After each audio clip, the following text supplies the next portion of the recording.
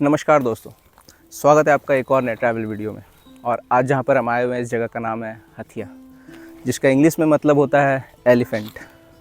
और ये जगह बहुत ही स्पेशल है मेरे लिए, क्योंकि ये मेरा नानी घर है। हाँ, बचपन में जब हम नानी की कहानियाँ सुनते थे ना, तो हमें वो कहानियाँ बहुत फैसिनेटिंग लगती थी। लेकिन आज उन कहानियों से ज़्यादा फैसिनेटिंग लगता है वापस से नानी घर रिविज़िट करना। लोगों के जैसे ड्रीम डेस्टिनेशंस होता है ना, श्रीनगर, बाली या जापान, वैसे ही बचपन में हमारा ड्रीम डेस्टिनेशन हुआ करता था नानी घर।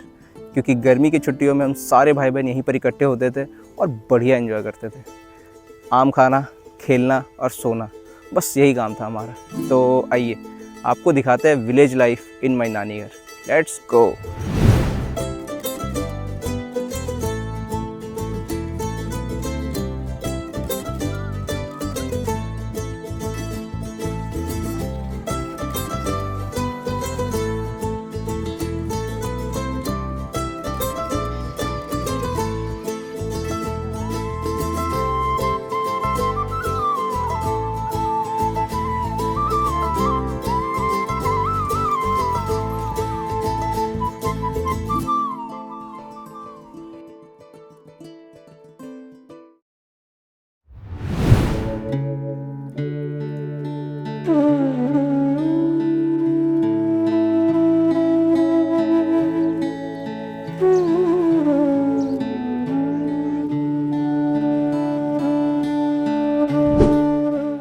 अपने गांव जाते वक्त सबसे पहला घर आता है मेरे फूफा का।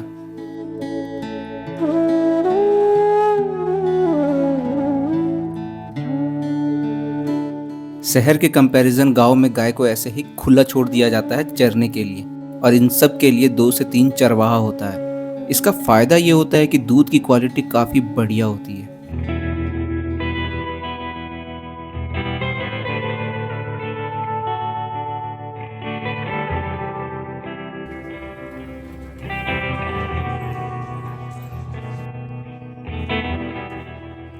विंटर में जब यहाँ ठंड ज़्यादा पड़ती है, तब ऐसे ही एक पॉट में लकड़ी जलाकर आग तापा जाता है। इससे घर को भी थोड़ा गर्म रखने में हेल्प मिलती है।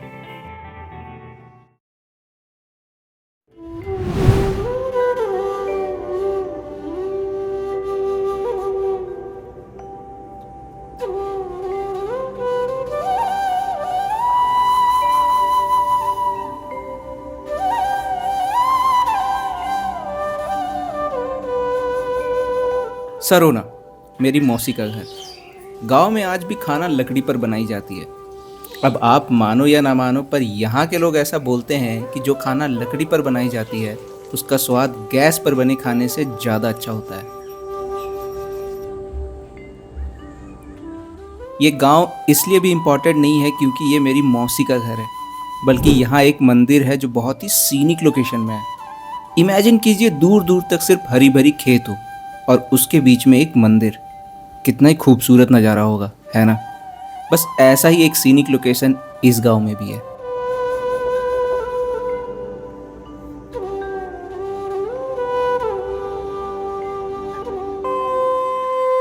अभी फसल में हरा भरा खेत पे झलके एकदम खाली ढेला ढक्कन। गांव के लोग बहुत मेहनती होते हैं। जहां शहर में हम छोटी से छोटी चीज़ें 10 मिनट में ऑर्डर करके मंगा लेते हैं, वहीं यहाँ लोग वो सामान खुद से लेकर आते हैं। लोगों को अपने खेत तक जाने के लिए भी लगभग 3 से 4 किलोमीटर पैदल चलना पड़ता है, जिसका एक फ़ायदा तो यह है कि उन्हें जिम जाने की कोई ख़ास ज़रूरत पड़ती नहीं है। अभी तो गेहूं का फसल है, यहाँ पे मेरा खेत है और गेहूं तो अभी बुआई हुआ ही है। गेहूं का फसल अच्छा लगेगा 1 आध महीने के बाद। गांव में लोग ड्रोन से इतना भी फेमिलियर नहीं हुए हैं, इसलिए हम जब भी फ्लाई करते थे अक्सर अपने आप को चारों तरफ लोगों से घिरे हुए पाते थे।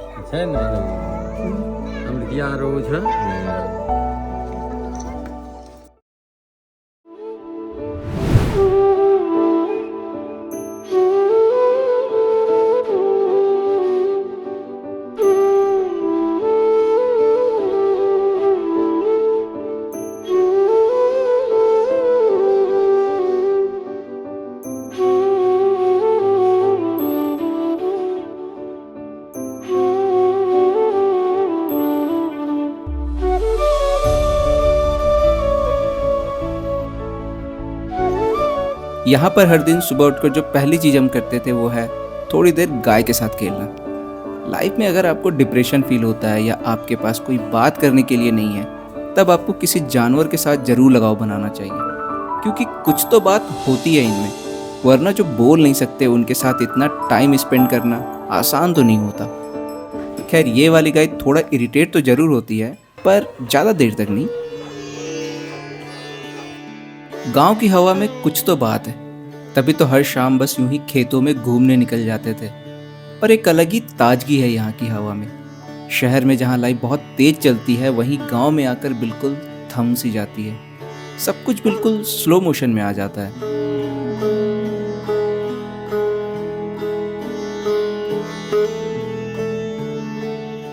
अब नानी से तो बात करने के लिए वैसे हजारों चीज़ें हैं, लेकिन जो चीज़ मेरे दिल के सबसे करीब है वो है मेरे बचपन का दिन, जिसके बारे में हमको कुछ खास याद नहीं है। अपने किस्सों की गुल्लक में से नानी हर दिन एक नया किस्सा सुनाती थी, और जैसे मानो अपने बचपन के दिन को वापस से जीने का मौका मिल गया हो। करिया हो ना मैं हमें ना बोल करिया ना रंग तो अच्छे छे रंग अच्छे से ना रंग न करिए छे न गोरे छे सांवला बहुत चाहिए। अच्छा छे।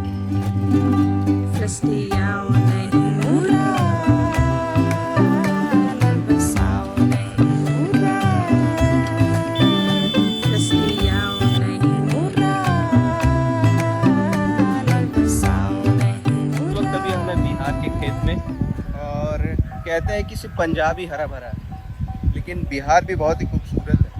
बस बात यह है कि बिहार की खूबसूरती को ज़्यादातर लोगों ने देखा ही नहीं। तो इस वक्त अभी हम खेत देखने आए हुए हैं, और ये मेरा मामा जी का खेत है, और इसमें अभी गेहूँ डाला गया है। तो आप ये जो मेरे पीछे चीज़ देख रहे हैं, इसको मचान कहा जाता है। इससे ना अपने फसल के ऊपर नज़र रखा जाता था, ताकि कोई भी जानवर आके उनका फसल बर्बाद ना कर दे। पहले के टाइम पे फ़ोन तो होता नहीं था, तो 3-4 लोग आराम से सत्तू लेके बैठते थे और बढ़िया गॉसिप करते थे और टाइम काटते थे। हालांकि अभी के टाइम पे ये उतना यूज़ नहीं होता है। तो ये एक इंटरेस्टिंग पार्ट है यहाँ का।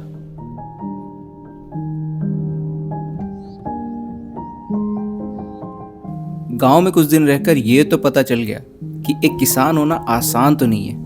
एक फसल उगाने के लिए जितनी मेहनत करनी पड़ती है, वहीं दूसरी ओर वो चीज़ें हम कितनी आसानी से फेंक देते हैं।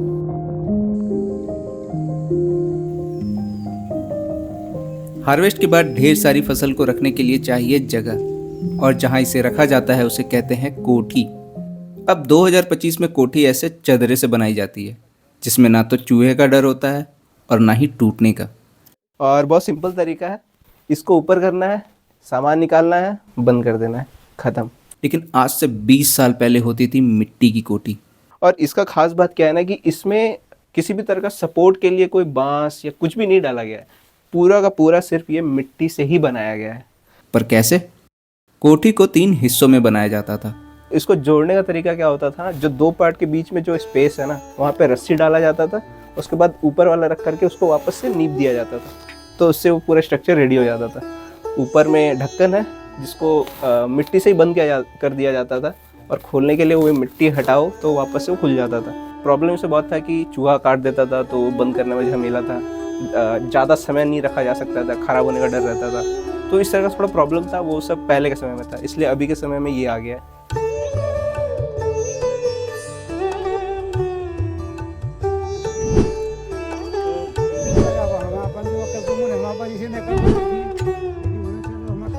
हथिया तो ढेर बड़ा हो गया, सब धीरे धीरे फैली रही पूरा ना। उधर गेलो नहीं, उधर सुराई लास्ट उधर डड़ा इधर 3 किलोमीटर लंबा है उधर। खेती वाला जमीन पे भी धीरे धीरे घर बने लग गए ना। ये सब खेती वाला जमीन पर घर बनले की बनले वही तो।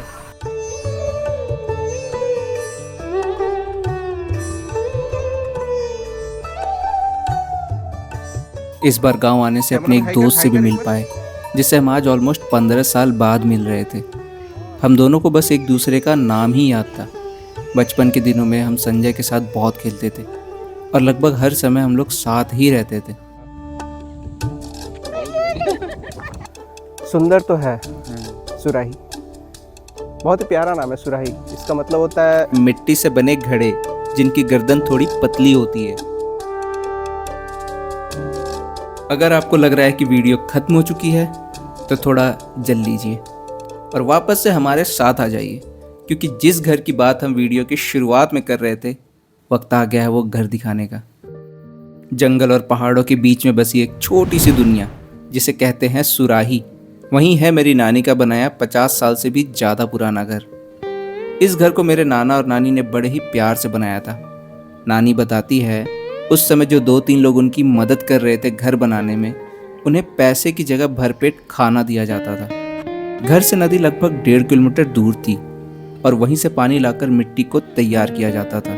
आज जहाँ हम चीज़ों को इतनी आसानी से कर पाते हैं, वहीं लाइफ 50 साल पहले कितनी डिफरेंट थी। 1975 में बने इस घर की खासियत ये है कि इसकी दीवार में ना तो कोई ईंट है और ना ही पत्थर। 20 इंच के इस दीवार के अंदर है सिर्फ और सिर्फ मिट्टी, जिसके कारण हर साल इसे रिपेयर भी करना पड़ता है। लेकिन मिट्टी के घर की जो खासियत होती है वो ये है कि ये रूम टेम्परेचर को मेंटेन रखती है, जिसके कारण ये गर्मी में ठंडी और ठंडी में गर्म रहती है। तो ये है मेरा नानी घर। और हाँ, जिस ड्रीम डेस्टिनेशन का बात कर रहे थे वो यही है मेरा ड्रीम डेस्टिनेशन। मेरा नहीं, हम सबका। और आइडियली उस टाइम पर जब हम लोग रहते थे तो वहाँ पर ये वाला जो पोर्शन होता था वो खाना बनाया जाता था। और यहाँ पर कबूतर रखने के लिए एक पिंजरा था, मतलब कबूतर रखने का जगह था। तो यहाँ पर ढेर सारा कबूतर था। वहाँ पर आलू, प्याज और जो भी चीज़ था वो उस मचान पे रखा जाता था। अंदर में 2 रूम था और दोनों रूम में कोठी होता था जिसमें धान और गेहूँ रखा जाता था। बाकी अभी थोड़ा कंडीशन ख़राब है, ये वाला पार्ट तो टूट गया और फ़िलहाल अब कोई यहाँ पर रहता नहीं है। तो ये बहुत ही ख़ास जगह था हमारे लिए। खैर यहाँ पे थोड़ा सा डेवलपमेंट हो चुका है, ये जगह काफ़ी बदल चुका है। लेकिन उस टाइम पे जब हम यहाँ पर आते थे, या आज से 15 साल पहले, तो ये लगभग पूरा जंगल ही हुआ करता था। तो ये है घर का किचन एरिया। यहाँ पर इधर से लकड़ी डालो, इधर से आग निकलेगा और इस पर खाना बनेगा। उधर चलते हैं और आपको दिखाते हैं आलू प्याज कहाँ पे रखा जाता था। ये है वो मचान जहाँ पर आलू प्याज रखा जाता था। और बहुत लोग क्या है ना कि घर के नीचे रखते थे ज़मीन पर, लेकिन मेरा नानी यहीं पे रखती थी सजा करके, ताकि चूहा या कोई भी चीज़ बर्बाद ना कर दे। यहाँ पर वो रखा जाता था, कुट्टी उट्टी रखा जाता था और घास वास रखा जाता था, कुट्टी काटा जाता था। अभी तो बहुत छोटा लग रहा है देखने में, लेकिन उस टाइम पे जब हम लोग छोटे थे तब ये रूम बहुत बड़ा लगता था देखने में। आज इस घर के टूट जाने से खराब लग रहा है, लेकिन थोड़ी देर सोचने के बाद एहसास हुआ इस घर के खास होने का कारण है मेरी नानी। अगर आज ये घर वैसे ही दिखती जैसे पहले थी या उससे भी ज़्यादा खूबसूरत, तब भी मेरे लिए ये घर नानी के बगैर हमेशा अधूरी ही रहती। तो बात बस इतनी सी है कि आज जो चीज़ें हमारे लिए ऑर्डिनरी हैं, आज से 10-15 साल बाद वही चीज़ें एक्स्ट्रा ऑर्डिनरी बन जाएंगी। अब ये एक्स्ट्रा ऑर्डिनरी की परिभाषा सबके लिए भले ही अलग हो, लेकिन जो चीज़ सब में कॉमन रहती है वो है इमोशन। और ये इमोशन ही तो है जिन्हें हम बाद में मेमोरीज के नाम से जानते हैं, है ना। जिससे हर कहानी का एक अंत होता है ना, वैसे ये कहानी भी एक दिन खत्म हो गया।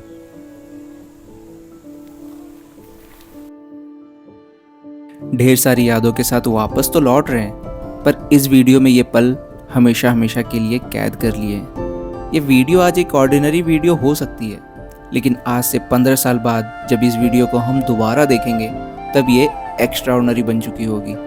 जो नॉस्टैल्जिया हम आज फील कर रहे हैं इस जगह पर आकर, आज से 15 साल बाद वही नॉस्टैल्जिया एक बार फिर से हिट करेगी। वीडियो के अंत तक बने रहने के लिए दिल से बहुत बहुत धन्यवाद। अगर आपको ये वीडियो अच्छा लगा या आप थोड़ा सा भी रिलेट कर पाए तो कमेंट सेक्शन में एक दिल जरूर ड्रॉप कर दीजिएगा। धन्यवाद।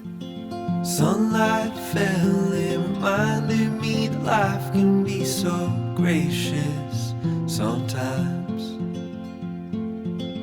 And I felt like everything around me was connected somehow.